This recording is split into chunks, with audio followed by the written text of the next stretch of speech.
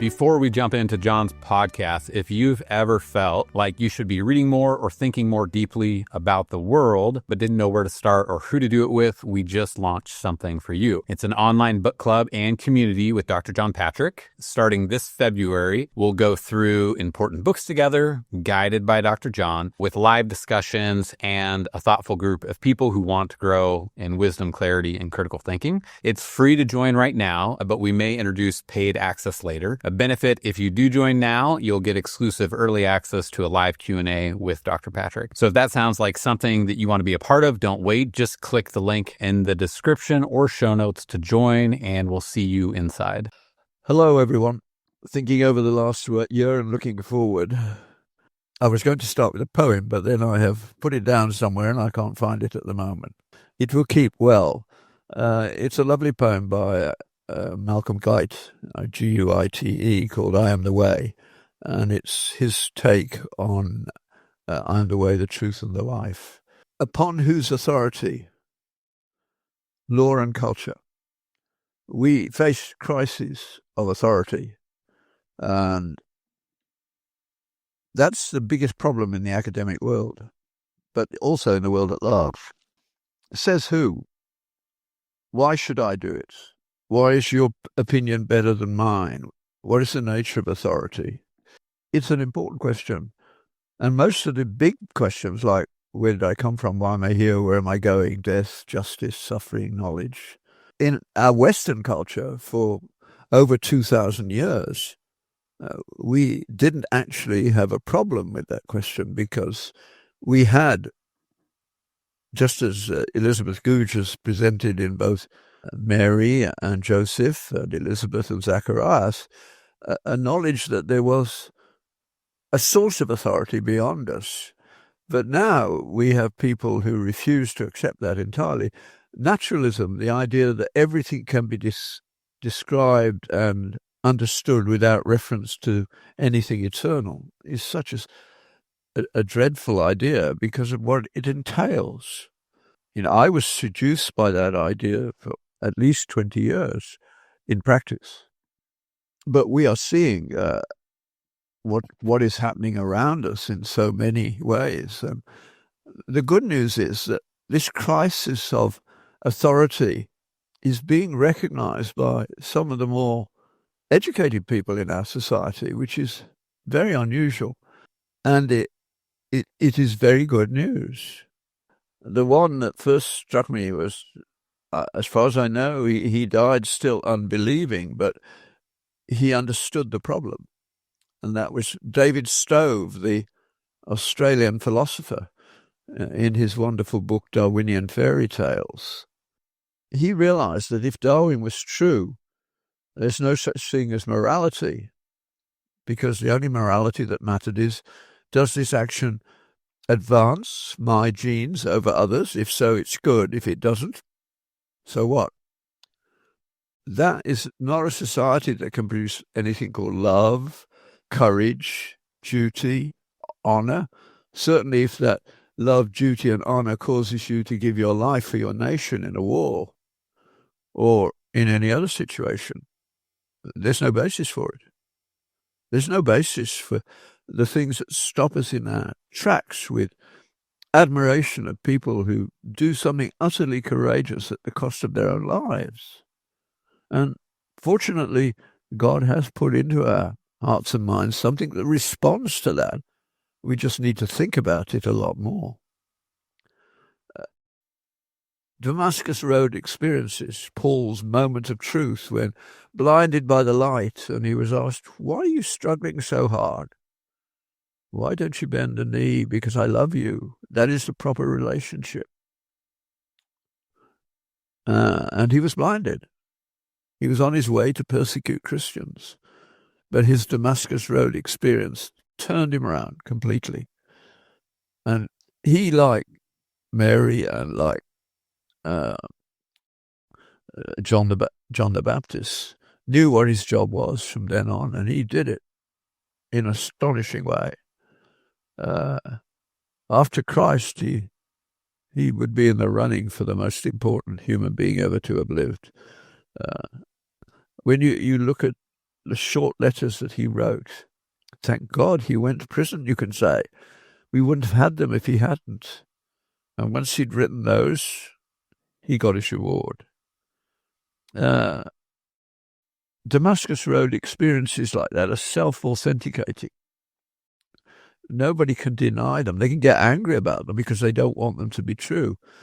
But it would be the ultimate example of arrogance to assume that you could tell somebody that was an illusion when they've lived their own life and known that nothing like this has ever happened to them before. And then what happens to their lives afterwards? By their fruits you shall know them. And throughout the history of the world, people who've had a real interaction with God in that way, they know it, and it changes them. It's happening in the Islamic world a lot at the moment. I mean, particularly in Iran, where so many people are moving from Islam to faith. And it's appearances of Christ, and it's happening all over Africa as well. My translator for years in Africa was sent to me by dream, and he had been brought to Christ from a Muslim background by a dream. And that produces a different world. We have all sorts of people who have their naturalistic view of the world, and they think more policies, more money will make the difference. It doesn't make the difference. They've missed the key point. A world without moral depth will never accomplish much because selfishness gets in the way. And what really matters, particularly at the end of your life, is not whether your doctor went to a good medical school, but this, my favourite description of a physician, which my friend Graham Hunter first drew to my attention. He says this. This is Auden at the end of his life, contemplating his own death. Give me a Dr. Partridge plump, short in the leg and broad in the rump, an endomorph with gentle hands, who will not make absurd demands that I abandon all my vices, but with a twinkle in his eye will tell me that I have to die. Auden, at the end of his life, was well aware of where reality lay. His life was not by no means perfect, and he would have been the first to recognize that reality. But once he'd made the change, he used the skills he was given in very appropriate ways. We need more like that. Here's another example that I use frequently. It's my little quotation book. I hope some of you are getting the habit of writing things down, especially when they're a bit longer, so that you need them written down to be able to think of them properly. This is from the 17th century, from Thomas Sydenham, who is referred to as the English Hippocrates. And he wrote this about the practice of medicine. It becomes every man who purposes to give himself to the service of others seriously to consider the four following things. First, that he must one day give an account of all the lives entrusted to his care. In other words, it is given unto man once to die, and after that the judgment. But Auden goes on. Secondly, that all his skill and knowledge and energy, as they have been given by God, so they should be used for his glory and the good of mankind, and not for mere gain or ambition. Thirdly, and not more beautifully than truly, let him reflect that he has undertaken the care of no mean creature. For in order that he may estimate the value, the greatness of the human race, the only begotten Son of God became a man, and thus ennobled it with his divine dignity, and far more than this died to redeem it. And fourthly, that the doctor being himself a mortal man, he should be diligent and tender in relieving his suffering patients, inasmuch as he himself must one day be a like sufferer. I always encourage physicians to get that nicely printed, which CMDA probably still has. Get it framed and hang it on the wall next to your examining couch so that when the patient's waiting for you to come and examine them, they have something to read. Have some copies available to give to them, because a lot of people will say, that's beautiful, I like it. It has transcendence running through it like a silver cord. The modern evaluation wouldn't deal with any of those four things. Knowledge, skills, and attitudes. When I heard that phrase for the first time, quite a long while ago now, sadly, and realized that that's what the people who thought they knew about medical education said should be the main categories of evaluation. How utterly stupid to think that that is sufficient. Knowledge, yeah, you want your doctor to have some knowledge. Needs to be defined quite a lot. It's not memorize and dump. That's not knowledge. Skills, yes, particularly if he's going to be a surgeon. But attitudes, that is subjectivizing the most important thing of all. If attitude is to be viewed as the psychologist would say from the outside, and they will give you the criteria which are utterly inadequate. No. It's not attitudes we need, it's character. And the people who know your character are not some specialist educator who sees you for 30 seconds and gives you a mark. If you really want to know who the best doctors in town, you talk to other doctors. And they agree. I mean, I often use this as an example when I'm trying to get under their skin a bit to think about what we've lost, because medicine goes back way before science came on the scene. Experimental science didn't arrive at the earliest, the 14th century. No, but there were always people who were interested in sickness and the like, and people went to them because of their knowledge. They knew disease. You can't see people every day, even though you have no treatment. What you did have was, most of the time, being able to comfort them and say, no, this is not going to kill you. But every now and again, you'd have to tell them, yeah, I know what this is. I don't know of any cure. I'm sorry. But the way they said that and who they were, they became known, because those who got it right were known. So when I ask in, say, grand rounds anywhere, if I was to take a random sample of all the physicians in town and say, tell me, who are the two best internists and who are the two best surgeons, would I get a random scattering of names? And there's never any question. Of course not. All doctors know who the best doctors are, if they're doing their job at all well. And one of the things you get from having a family doctor who's doing their job carefully is they actually know and cultivate relationships with the best physicians in town. That's what you should do. It's crazy, but instead we have knowledge, skills, and attitudes. If attitudes were really valuable, then all you need to do is to take some method acting courses.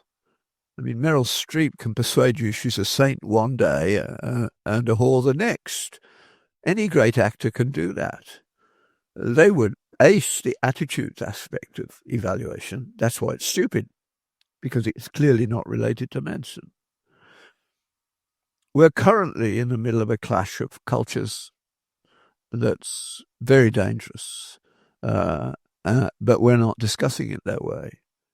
The politicians who want to rule from the top down, which has never worked. Socialism has been tried in its more totalitarian form at least 20 times, and it's ended in disaster every time. If you have a biblical view of human nature, you know why. And I think the biblical view is that we all know good and evil. Our problem is not with knowing. Our problem is with doing and being. We've got a long way to go in that. So we have cultures at the moment where the question of authority is not properly dealt with, where the question of sin, i.e. objective moral truth that we go against, is not discussed. Those are the things that matter. And the way in which a culture is formed must begin much earlier than we begin. Teach them to your children. Deuteronomy 6 is why the Jews win disproportionately more Nobel Prizes than anyone else, because they do it the way Moses told them God wanted them to do. The way you prove you love God is the way you educate your children at your dining room table. And it means transmitting the narrative of the Bible, the stories of the Bible to your children. You don't need to tell them what they mean. Don't be didactic. Let the stories sink in, and what you've done is give a moral reference back to your children.